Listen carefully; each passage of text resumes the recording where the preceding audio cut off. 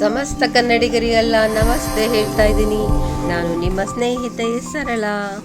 ಇವತ್ತು ನಾವು ಒಂದು ಹೋಟೆಲ್ ಸ್ಟೈಲ್ ಸಾಂಬಾರನ್ನ ಮಾಡೋದನ್ನು ತೋರಿಸ್ಕೊಡ್ತಾ ಇದ್ದೀನಿ.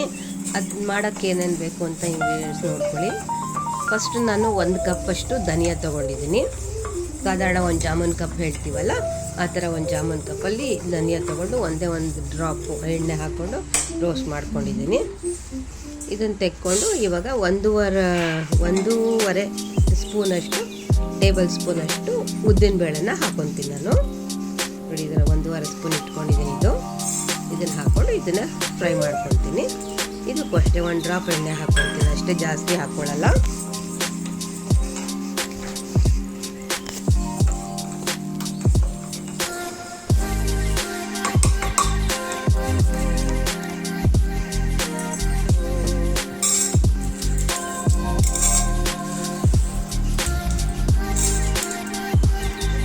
ಬೇಳೆ ಆದಮೇಲೆ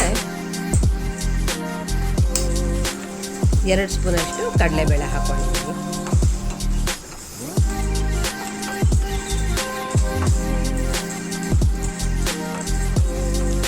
ಕಡಲೆಬೇಳೆ ಸ್ವಲ್ಪ ಜಾಸ್ತಿ ಇರಬೇಕು, ಉದ್ದಿನಬೇಳೆ ಅದರಲ್ಲಿ 1/4 ಭಾಗ ಇರಬೇಕು, ಅಥವಾ ಒಂದು ಅರ್ಧ ಭಾಗ ಇದ್ರೂ ನಡೆಯುತ್ತೆ.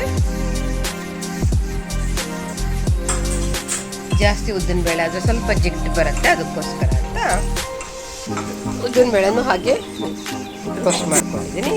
ಇವಾಗ ಜೀರಿಗೆ ಹಾಕ್ಕೊಂಡಿದ್ದೀನಿ, ಅದು ಅಷ್ಟೇ 1.5 ಸ್ಪೂನ್ ಅಷ್ಟು ಹಾಕ್ಕೊಂಡಿದ್ದೀನಿ.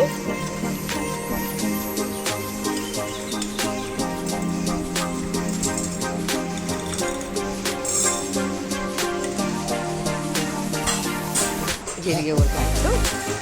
ಈಗ ನಾನು ಮೆಣಸು ಹಾಕ್ಕೊಳ್ಳೋಣ.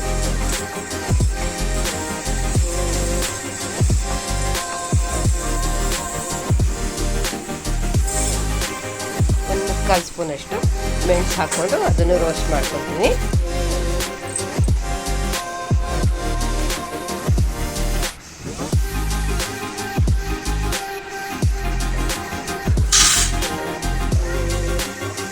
ಒಂದು ಸ್ವಲ್ಪ ಮೆಂತ್ಯ, ಒಂದು ಅರ್ಧ ಸ್ಪೂನಷ್ಟು ಮೆಂತ್ಯ ಹಾಕ್ಕೊಂಡಿದ್ದೀನಿ.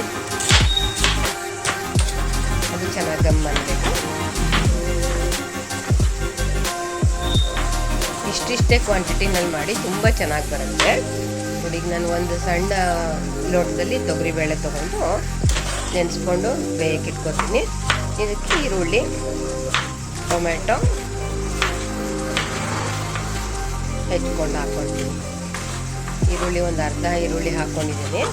ಆಮೇಲೆ ನಾನು ಸಾಂಬಾರು ಈರುಳ್ಳಿ ಕೂಡ ಹಾಕ್ತೀನಿ. ಈ ಸಾಂಬಾರು ಈರುಳ್ಳಿ ಸಾಂಬಾರೇ ಮಾಡ್ತಾ ಇರೋದು ನಾನು. ಈ ಸಾಂಬಾರು ಈರುಳ್ಳಿ ಸಾಂಬಾರು ಮಾಡಿದ್ರೆ ತುಂಬಾ ರುಚಿಯಾಗುತ್ತೆ. ಇಡ್ಲಿ ಜೊತೆ ತಿನ್ನೋಕ್ಕಂತೂ ಸೂಪರ್ ಟೇಸ್ಟ್ ಅನಿಸುತ್ತೆ. ಇದೇ ಈರುಳ್ಳಿನಲ್ಲಿ ಬಿಸಿಬೇಳೆ ಭಾತು ಮಾಡಿದ್ರೆ ಅದನ್ನು ಕೂಡ ತುಂಬಾ ಚೆನ್ನಾಗಾಗತ್ತೆ. 2 ಟೊಮೆಟೊ, ಒಂದು ಅರ್ಧ ಈರುಳ್ಳಿ ದೊಡ್ಡದೇ ಇದು ಈರುಳ್ಳಿ, ಹಾಗಾಗಿ ಅರ್ಧ ತೊಗೊಂಡಿದ್ದೀನಿ. ಮತ್ತು ಆಮೇಲೆ ಈರುಳ್ಳಿ ಹಾಕೋತೀನಲ್ಲ ನಾನು, ಅದಕ್ಕೋಸ್ಕರ ಅಂತ.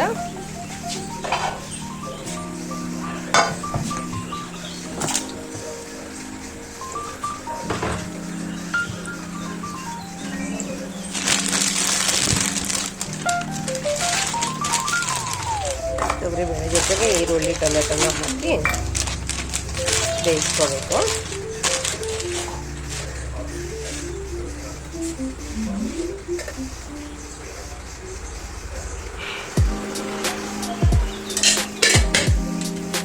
ಇದ್ರ ಮಧ್ಯದಲ್ಲೂ ಒಂದು ಸಣ್ಣ ಬಾಟ್ಲಿ ಇಟ್ಬಿಟ್ಟು ಇದರಲ್ಲಿ ನಾನು ಸಾಂಬಾರು ಈರುಳ್ಳಿನ ಹಾಕೋತೀನಿ. ಇದನ್ನು ಅದ್ರ ಜೊತೆಗೆ ಹಾಕ್ಬಿಟ್ರೆ ತುಂಬಾ ಬೆಂದು ಮೊಸರಾಗೋಗ್ಬಿಡುತ್ತೆ. ಹಾಗಾಗಿ ಸಪ್ರೇಟಾಗಿ ಇದು ಇಟ್ಕೊಂಡು ಲಾಸ್ಟಿಗೆ ನಾವು ಒಗ್ಗರಣೆ ಹಾಕ್ತೀವಲ್ಲ ಆ ಸಮಯದಲ್ಲಿ ಬೆರೆಸ್ಕೋಬೇಕು. ಒಗ್ಗರಣೆ ಹಾಕೋ ಮೊದಲೇ ಬೆರೆಸ್ಕೊಂಡು ಒಂದು ಕುದಿ ಕುದಿಸ್ಬಿಟ್ಟು ಒಗ್ಗರಣೆ ಹಾಕ್ಕೋಬೇಕು.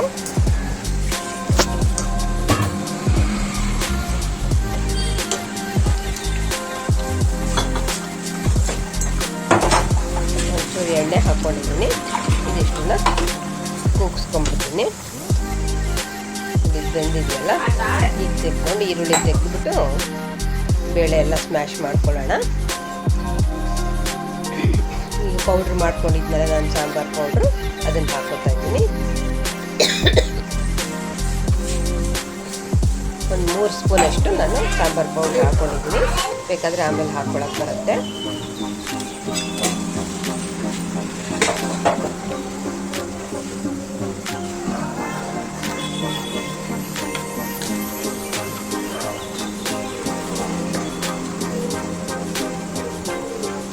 ತೆಂಗಿನ ಹಾಲು ಹಾಕ್ಕೊಂಡಿದ್ದೀನಿ ನಾನು.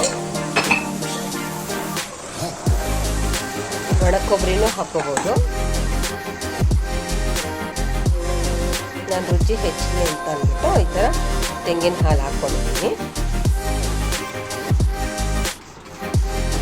ಬೆಲ್ಲ ಹಾಕ್ಕೊತಾ ಇದ್ದೀನಿ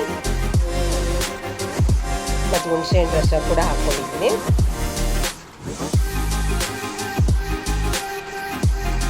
ಒಂದು 2 ಸ್ಪೂನಷ್ಟು ಹುಣಸೆಹಣ್ಣು ರಸ ಬೇಕಾಗತ್ತೆ, ಗಟ್ಟಿ ರಸನೇ. ಉಪ್ಪು ಹಾಕ್ಕೊಂಡಿದ್ದೀನಿ. ರುಚಿಗೆ ತಕ್ಕಷ್ಟು ಉಪ್ಪು ಹಾಕ್ಕೊಂಡಿರೋಣ.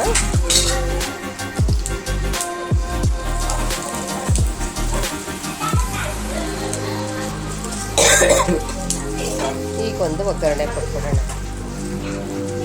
ಸಾಸಿವೆ, ನಾನು 2 ಲವಂಗ, ಒಂಚೂರು ಚಕ್ಕೆನ ಸಾರು ಬೇಯೋಕ್ವಾಗಲೇ ಹಾಕ್ಕೊಂಡ್ಬಿಟ್ಟಿದ್ದೀನಿ. ಬೇಕಾದರೆ ನೀವು ಈ ಸಮಯದಲ್ಲೂ ಕೂಡ ಹಾಕ್ಕೋಬೋದು.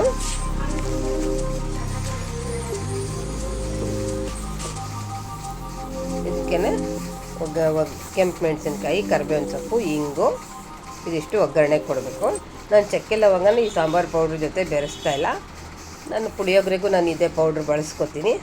ಹಾಗಾಗಿ ಚಕ್ಕೆ ಲವಂಗ ನಾನು ಹಾಕ್ಕೊಂಡಿಲ್ಲ, ಬೇಕಾದಾಗ ಹಾಕ್ಕೊತೀನಿ ನಾನು. ಇವಾಗೆಲ್ಲ ಒಗ್ಗರಣೆ ಎಲ್ಲ ರೆಡಿ ಆಯಿತು. ಈಗ ಸಾಂಬಾರಿಗೆ ನಾವು ಇಡ್ಲಿ ಎಷ್ಟು ಮೃದುವಾಗಿ ಬಂದಿದೆ, ತುಂಬಾ ಸಾಫ್ಟಾಗಿ ಬಂದಿದೆ. ಇಡ್ಲಿ ಸಾಂಬಾರು ಜೊತೆ ತಿನ್ನೋಕ್ಕಂತೂ ತುಂಬ ರುಚಿಯಾಗಿರುತ್ತೆ. ಕೊತ್ತಂಬರಿ ಸೊಪ್ಪು ಹಾಕ್ಬಿಟ್ರೆ ನಮ್ಮ ಸಾಂಬಾರು ರೆಡಿಯಾಗಿದೆ. ಹೋಟೆಲ್ ಸ್ಟೈಲ್ನಲ್ಲೇ ಬಂದಿರುತ್ತೆ ಈ ಸಾಂಬಾರು. ತುಂಬ ಟೇಸ್ಟಿ ಅನಿಸುತ್ತೆ.